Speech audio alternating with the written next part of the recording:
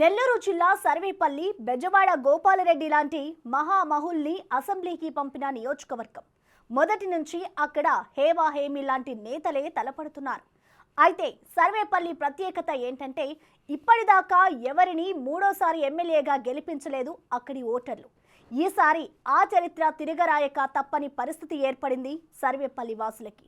TDP నుంచి పోటీలో ఉన్న మాజీ మంత్రి సోమిరెడ్డి చంద్రమోహన్ రెడ్డి, వైసీపీ అభ్యర్థి మంత్రి కాకాని గోవర్ధన్ రెడ్డి ఇద్దరు మూడోసారి విజయం సాధించడానికి తలపడుతున్నారు. మరి రాబోయే ఎన్నికల్లో సర్వేపల్లి ఎవరికి జై కొడుతుంది?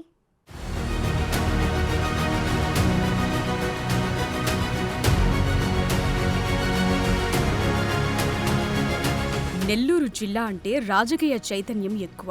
రాష్ట్ర దేశ రాజకీయాల్లో ఉన్నత పదవులు అధిరోహించిన నాయకులు చాలా మంది ఈ జిల్లాలో ఉన్నారు. ఒకప్పుడు కాంగ్రెస్ ప్రాబల్యమున్న నెల్లూరులో గత 10 ఏళ్లుగా వైసీపీ హవా కొనసాగుతోంది. గత ఎన్నికల్లో టీడీపీకి జిల్లాలో ఒక్క సీట్ కూడా దక్కలేదు.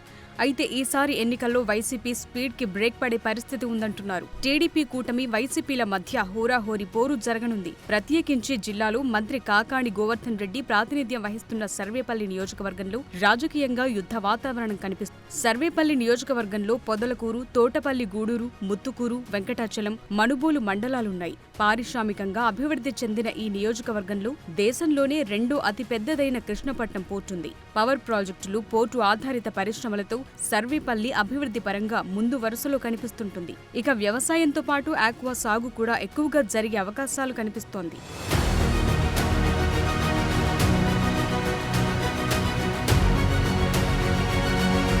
ఈ నియోజకవర్గంలో మొత్తం 2,31,837 మంది ఓటర్లుంటే అందులో పురుష ఓటర్లు 1,13,473, మహిళా ఓటర్లు 1,18,336.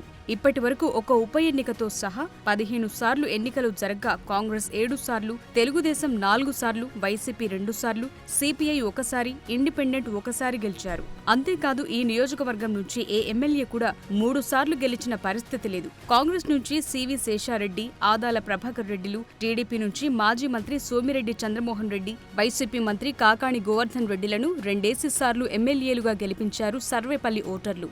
ఆ క్రమంలో ఈసారి పోటీ చేస్తున్న మంత్రి కాకాని, మాజీ మంత్రి సోమిరెడ్డిల్లో ఎవరు గెలిచినా అది నియోజకవర్గ చరిత్రలో ఓ రికార్డే అవ్వనుంది. సర్వేపల్లి నియోజకవర్గం నుంచి వరుసగా 4 సార్లు ఓటమి పాలైన టీడీపీ నేత సోమిరెడ్డి ఈసారి సానుభూతి ఓట్లపై ఆశలు పెట్టుకున్నారు. ప్రభుత్వ వ్యతిరేక ఓట్లు కలిసొస్తాయని ఆశిస్తున్నారు. ఇదిలా ఉంటే 2014లో వైసీపీ నుండి ప్రస్తుత మంత్రి కాకాని గెలుపొందారు. సోమిరెడ్డి పరాజయం పాలయ్యారు. అయినా తెలుగుదేశం పార్టీ రాష్ట్ర అధికారం దక్కించుకోవడంతో సోమిరెడ్డిని ఎమ్మెల్సీ చేసిన చంద్రబాబు రాష్ట్ర వ్యవసాయ శాఖ మంత్రిగా పట్టం కట్టారు.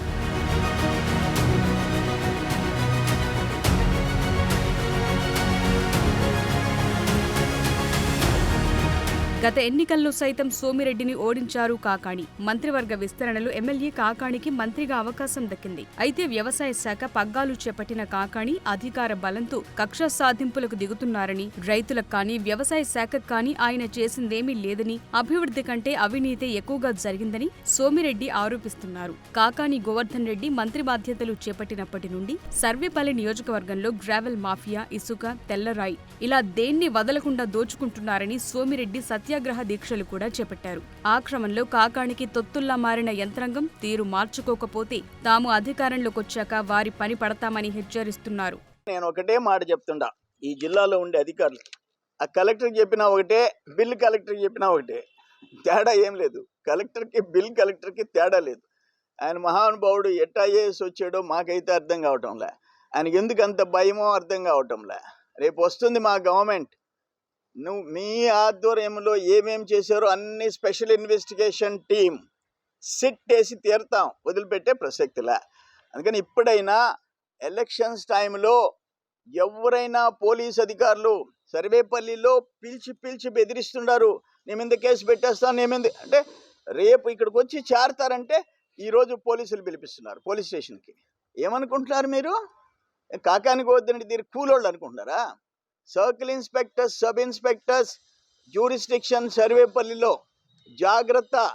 ప్రభుత్వ ఉద్యోగులు అనే సంగతి మర్చిపోబాకండి. ప్రజల డబ్బులు జీతాలు తీసుకుంటున్నామనే సంగతి మర్చిపోబాకండి, లేకపోతే అనుభవిస్తారు. మేమందరం కలిసి టీమ్గా పోతాం. అటు వరప్రసాద్ గారిని గెలిపించుకుంటాం పార్లమెంటు, సర్వేపల్లిని గెలిపించుకుంటాం.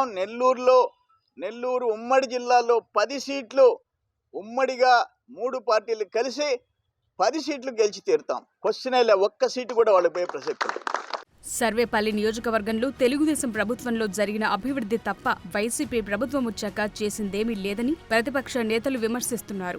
సొంత పార్టీలో వ్యతిరేకతను చక్కదిద్దుకోవటానికే కాకానికి టైం సరిపోవటం లేదని, ఇక ప్రజలనేం పట్టించుకుంటారని ఎద్దేవా చేస్తున్నారు. మరోపక్క వైసీపీ ప్రభుత్వం వచ్చాకే సర్వేపల్లి నియోజకవర్గంలో అభివృద్ధి చెందిందని, ప్రతి పేదవాడికి ఈ ప్రభుత్వంలో సంక్షేమ పథకాలు వాలంటీర్ల ద్వారా నేరుగా ఇంటికి చేరుతున్నాయని, టీడీపీ ప్రభుత్వంలో దోచుకోవటం దాచుకోవటం తప్ప అభివృద్ధి సంక్షేమం ఎక్కడ జరిగిందని కాకాణి ప్రశ్నిస్తున్నారు.